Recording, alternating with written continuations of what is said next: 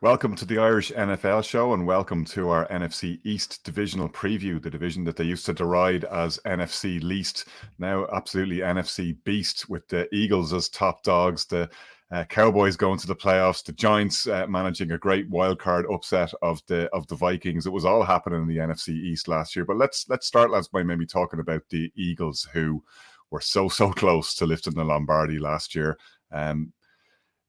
Number one seeds, just ran roughshod over most of the competition during the regular season. Ended up with a fairly handy route to the Super Bowl. Ultimately, the way the playoffs work out, you can only beat what's there in front of you.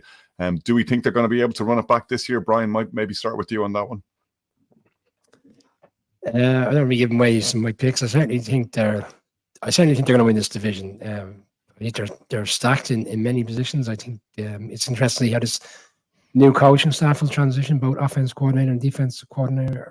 I kind of struggle to remember the last time we've been in a position where a team has had so much success previous season has lost both coordinators, and it's been an even keel in terms of they just continue with the success that they've had. But they are so stacked. I know they've lost a few players in defense, but they found a way to kind of navigate nice signings and bring in players that can be probably ultimately come in and do a good enough job to certainly put them in a position to be challenged. But I would also, I suppose, recognise that the schedule this year, I mean, they got to play Chiefs, Bengals.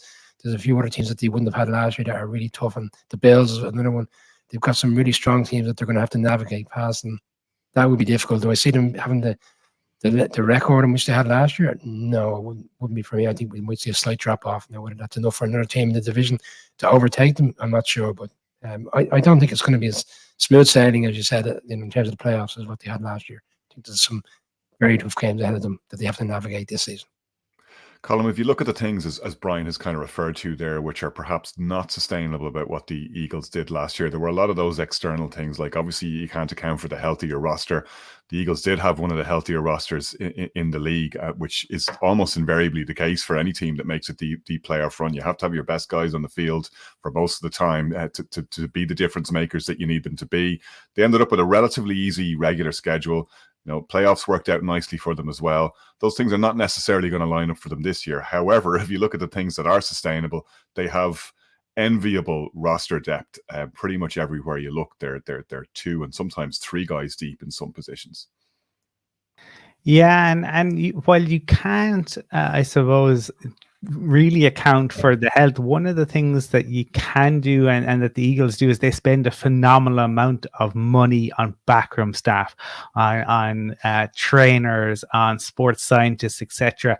And they have certainly under Howie been pretty good at poaching from other teams in not just players but also some of that backroom coaching staff, and that has certainly kind of helped.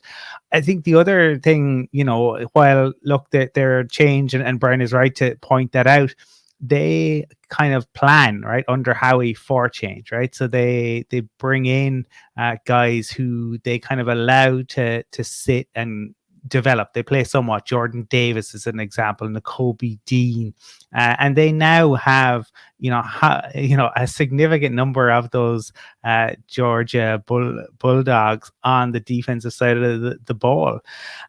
So I have concerns, around obviously losing the coordinators. But I know you mentioned it during the live show, Connor, that Jalen Carter was one of the players that you think could well be in the running for defensive rookie of the year. I would echo that. I think that is something that could is maybe an X factor that alleviates some of the issues with some of the guys that they have lost. I'm laughing to hide the tears here because no greater endorsement of Jalen Carter's talent can there be than that the Bears passed on him and let the Eagles trade up for him. He's bound to be an absolute beast. That I don't even get me started on how that one panned out. Let's look at some of the other teams. We might start with the Cowboys column. I'll put this to you. The artists formerly known as Football Outsiders, now FTN Fantasy, when they crunched all the numbers and put it through the algorithms and did their analytics magic, the Cowboys projected with the highest win total of any team in the NFL. If you're judging it by roster, if you're judging it by talent, they are a formidable outlet. But boys will be boys. Indeed, and the last time we saw them boys was at the end of the 1995 season into early 1996. And what a year that was, where you had the infamous Meath Mayo brawl. You had the Jean-Benet Ramsey mystery that still intrigues people today, and of course Tupac got shot. So lots happened then. I think safe to say 2023 has been almost as interesting, but I don't see any sort of happy ending for the Cowboys. Yeah, there is talent there, Connor. Undoubtedly, this is a team or a roster which has talent in many places. And for me, moving on from Zeke is a good thing. But I don't think Jerry can get out of the way. And I think in Mike McCarthy, they have a coach who kind of can't get out of the way. They made Kellen Moore the scapegoat. And then McCarthy made those infamous comments himself, where he said that Kellen wants to light up the scoreboard. I want to run the damn ball so I can give my defense a rest. I have a feeling that may well come back to haunt him. If you're to have optimism around this Cowboys team, because I don't think the offense is scary, but the defense is scary. And we'll talk about in a little bit Brian's Giants, who I think are also scary on the defensive side of the ball. But the scariest defensive weapon in the NFL might not be the best defensive player, but the best defensive weapon is Micah Parsons. He is simply sensational. Before we get to the G-men, though, Colin, Dak Prescott, like we often talk about a guy you can win with and a guy who'll win it for you. Where does Dak fall on that continuum for you? I think you win with Dak, but I don't think he elevates enough. I think he's good. I just don't put him in that elite level. I don't put him where nobody's Patrick Mahomes, right? But is he Josh Allen? Is he Joe Burrow? I don't think he is. And last year he really struggled. I mean, what was it? 15 interceptions in 12 games, 2 in the championship game. That was a real issue for them. I don't think you'll see as many because I don't think they'll take as many chances this year. I expect it'll be pretty basic football under Mike McCarthy. And I know Cowboys fans won't like to hear it, but I think Dak needs more talent around him if the Cowboys were to truly compete. Brian, we talked about the Eagles losing their 2 coordinators in the offseason, and probably by far one of the biggest buzzes in terms of coaching maneuvers during the offseason was Shane Steichen. Everybody expects him to do great things, even though he's going to have potentially a tough season ahead with the rebuild job and getting a rookie quarterback under his wing. But Brian Daboll was that guy last year, and he very much came as advertised. Proof, as you've said many times, coaching matters. He elevated the talent that he had at his disposal. Do you see him being able to take it on another step, or are we potentially looking at the dreaded regression after maybe a slight overachieving last year? I was slightly cautious in the offseason that we would see them regress, but as the season gets closer, I have to manage my expectations. And I know sometimes with a pinch of salt, you've got to take what's happening in camp, but everything seems to be going in a very positive manner for the Giants and offensively.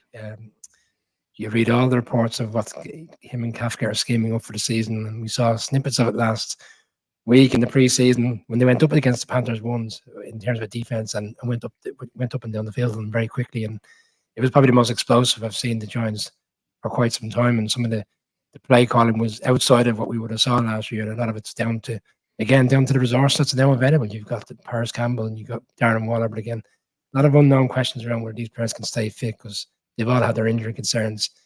And defensively as well, like Wink Martindale was another one that was in the running for a potential opportunity to be a head coach in the league. He's stayed on, and they've obviously given him some weapons. Some of the really impressive things is the fact that a 7th round pick for the Giants is actually going to be in all likelihood start a cornerback, and that's Trey Hawkins, and he's going to be alongside the 4th round pick cornerback, and they're going to start the season with 2 rookie cornerbacks because they've been so impressive both in camp and both in what they've done in the preseason games. But yeah, as we all know, going into a season, preseason is nothing compared to the real deal. So I will be slightly kind of concerned to see so many rookies go in, but you got to trust the coaching, you got to trust what they done last year, and I mean, the Giants it's night and day compared to where they were this time last year.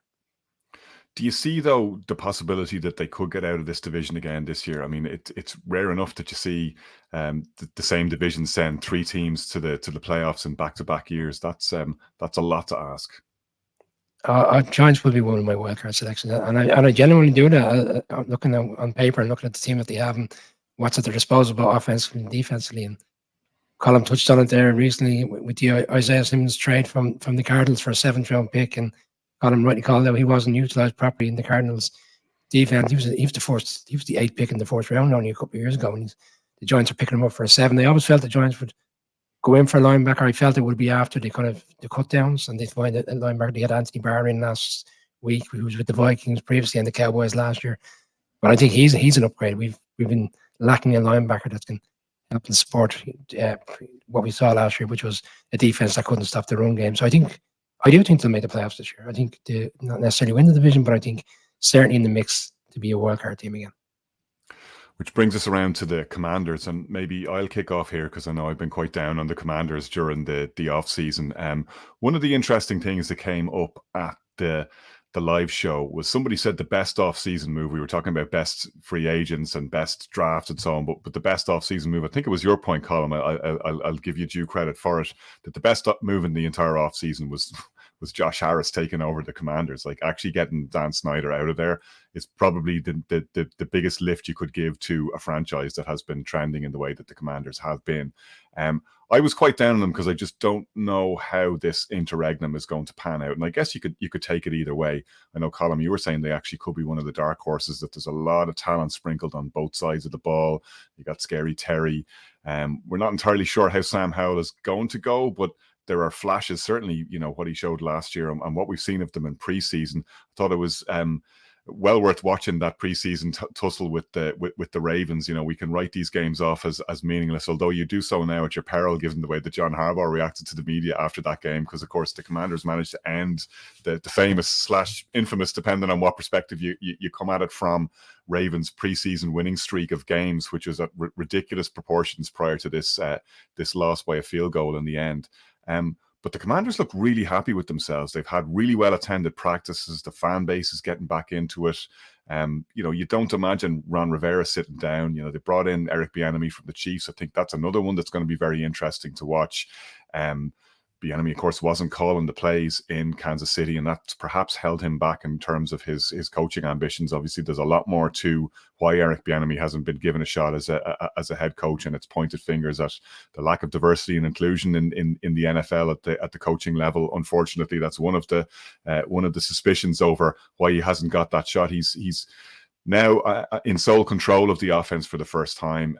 Interesting that we had that slight kind of snafu by Rivera where he was suggesting that the players had come to him and said the practices were too intense, which, to be fair, sounded like one of those things that was a bit of a throwaway comment, and that because it's the off season and we have relatively few things to talk about, it became more of a story than it needed to be. But it's slight embarrassment for Ron Rivera. But you can probably tell I'm slightly trending away from having thrown them in the basement and said they'd probably only win 3 games this year. I've kind of started to talk my way around to thinking that there might be a little bit more in the tank than perhaps I had first given them credit for. But look, if we're going to talk about how this division shapes up, then I think we're pretty clear Eagles on top.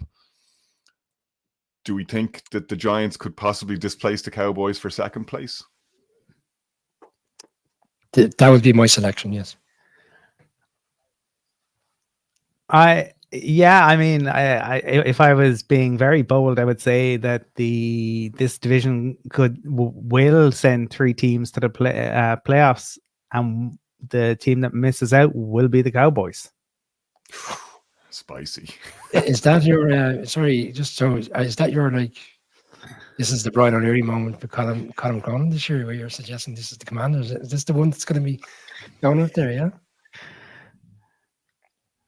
I think I'm higher than on the Commanders than a lot of people. I think they have an awful lot of nice pieces in place, and I think that piece around Ron Rivera is a much bigger deal in the media than it is in the locker room. And I think Sam Howell has the potential. I could absolutely end up with egg on my face, but I think Sam Howell has the potential to be decent, and they have some nice pieces, as Connor has alluded to. Yeah, I'm going to put it out there that the Commanders can make the playoffs. What it comes down to for me, and I've kind of flip flopped on this and gone in both directions during the off season. I still can't fully make my mind up. Is given the ownership situation, does that lift the weight and allow people to play with freedom and allow, even though Ron may not be the new owner's choice and they may want to make changes, does that allow them to play with freedom? Does having Snyder out of there and having that whole situation resolved actually just enable them to go out and have fun and go to the Buick to take the Pacino quote from any given Sunday? Or does it end up being a bit of a distraction and that nobody's really certain, nobody really knows what they're doing, and that kind of undermines their efforts? I'm not entirely sure. I'm starting to lean more in favor of the former than the latter, but we shall see how it pans out. That is our NFC East divisional preview. We're wrapping up all 8 divisions in the NFL before we start with the season opener. We'll get there over the next couple of weeks. We have done the NFC West, we've done the NFC East, South, and North on the way.